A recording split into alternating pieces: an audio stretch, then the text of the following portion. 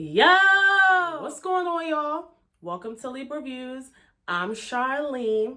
Subscribe to my channel and like the video. So I'm here to talk about a few hot topics that have been swarming around in the internet that kind of caught my attention. And the first thing that caught my attention was this whole Maya situation. Do you guys remember the girl Maya? You know, she was a 90s artist, early 2000s. She was on the Get Ya Ya Ya Mama remix with Christina Aguilera and Pink and Missy and Lil Kim and them. You know, Maya. So she did an interview on Fox Soul and was having a conversation with Claudia and expressed that she married herself in 2013. Now, I mean, now I'm not one to judge, I think people should do that which makes them happy, however, that is a little bizarre, it's kind of reminds me of, the people that like marry their like dogs or marry their pigs or, those weird stories that you see like on Lifetime and shit. It's a little weird, but hey, she said that she did it for herself. She got married to herself in 2013 for self-care. She had just got out of a toxic relationship and she got married for self-preservation, and just, to better herself. Now, my question is, are you looking to be with somebody else? Because, marrying yourself, though, maybe for self-care, if you are looking for a partner, you're kind of putting out in the atmosphere that you kind of don't want one because you're in a union pretty much with yourself. So I'm not sure if she meets somebody, if she's going to have to go down to the courthouse and divorce herself. She says she had an actual ceremony for this. So I don't know if she has to go down to the courthouse and get, a divorce from herself. I don't know how that works. I'm pretty sure she'll cross that bridge when she gets there. However, do whatever is best for you, girl. It's a little weird, but hey, if you are thriving and smiling and profiling, do you, girl. I ain't mad at you. So Masika Kalisha. So we all know Masika, Miss Crazy Mouth Masika from Love and Hip Hop, The Talk with The Conversation, Fetty Wap Baby Mama. Yes, her. So she recently got engaged. And everybody, I think, online was kind of surprised because it seemed like that the relationship came out of nowhere, especially for her to be engaged. We hadn't seen anybody, around her in the dating, scene. Me, I personally, I don't care, but I think people online were like, oh my God, where did he come from? Where did he come from? So she then tweets and goes that she met her fiance 10 years ago. She says she curved him for 90% of the 10 years. And they began dating recently for about 4 months. He then asked her to marry him, marry her 4 days ago. And last night I asked him what made you so sure after only 4 months of dating. He said, I knew 10 years ago on the day I met you that I was going to marry you. So basically, long story short, she's saying that she met her fiance 10 years ago. Ever since then, he's been kind of playing the cat and dog game with her. She finally gives him a chance. After a few months of dating, he pops the question because he says that from the moment that he saw her, he knew that he was going to marry her. Very sweet story. I hope it's true. I hope it was a love at first sight. Hopefully he's not saying that just to BS.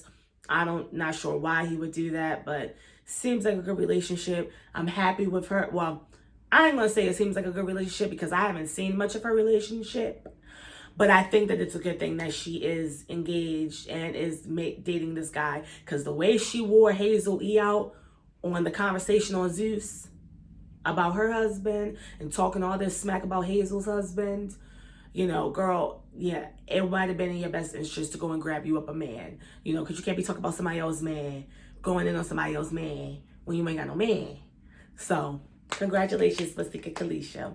Congratulations, girl. So the last hot topic I want to touch on is Miss Tamar Braxton. Singer, songwriter, sister of legendary Toni Braxton. She's been in the media a lot for her mental breakdowns, the relationship that she had with the African dude, David Osefo. Child, his name ain't Osefo. That's Wendy from Housewives. But you know who I'm talking about, the African nigga David, who Tamar was messing with. So she had broke up with him and they got into a physical altercation. She had a show that was pulled off of E! And just a few months ago, it was reported that Tamar tried to end her own life. Now, personally, I never was a really big Tamar fan. She seemed really, really, really extra. I met her one time in a club in Baltimore called The Get Down. And I was like 21 years old, and she was in there with Vince, Tawanda, and somebody else. And I met her, we took a picture and everything. But, I met her, but seeing her throughout the years on TV, she kind of was like, I really didn't watch the Braxtons like that. She seems like she was just really theatrical. And she just seems like she's really like a lot, So anyway, she was on the Taraji P. Henson show, and there was a clip that had came out a couple of weeks ago saying that the reason why she wanted to take her life was because of her son Logan, and she felt that that her son deserved better, and that was the reason why she tried to end her own life. And then just today, a clip came out of Tamar saying that her mental decline started to happen when she got fired from The Real. And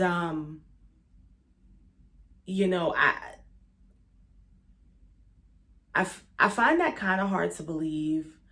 Tamar has shown signs for years and years and years that her mental health has not been in the best state. Now, I'm not trying to come on here and drag this girl because I don't have anything against her. It just seems as though if this was like something that's really, really, really serious, you would take your ass. If The Real, which was a public television show, a syndicated publication, if you're saying that The Real contributed to your mental breakdown, if you're saying that the TV show that the Braxtons had on WeTV was the demise of your family, if you're saying that the TV show that you had with you and your ex David on WeTV was edited wrong and just horrible and it broke you down, why would you then go on to another public television station with the Taraji show and discuss these mental health problems that you have on another public platform? If these public platforms are the very things that are causing you this mental duress, would you then continue to go on these public platforms to then express what you have to say? I don't know if it has something to do with money. I don't think that Taraji paid her to be on this sit down show. I don't know. It just doesn't make sense to me. And so again, it goes along with, I kind of never, like, Tamar was kind of for me, but hey, it is what it is. If this is what I guess is helping her cope, do what you got to do, girl. It just doesn't make sense to me. It would just make sense that if the public platforms are breaking you down, then to get your healing and your therapy, you would then stay away from the public, right? I mean, am I crazy? I don't know. Maybe I'm crazy, but that's all I got to say. Times are crazy. The C-19 is out of control. We waiting on our stimmies. Round and round we go. But that's all I got to say for right now. Thank you for tuning in. Subscribe to my channel and like this video. Share it on Twitter, Instagram. Share the video. And until next time, deuces.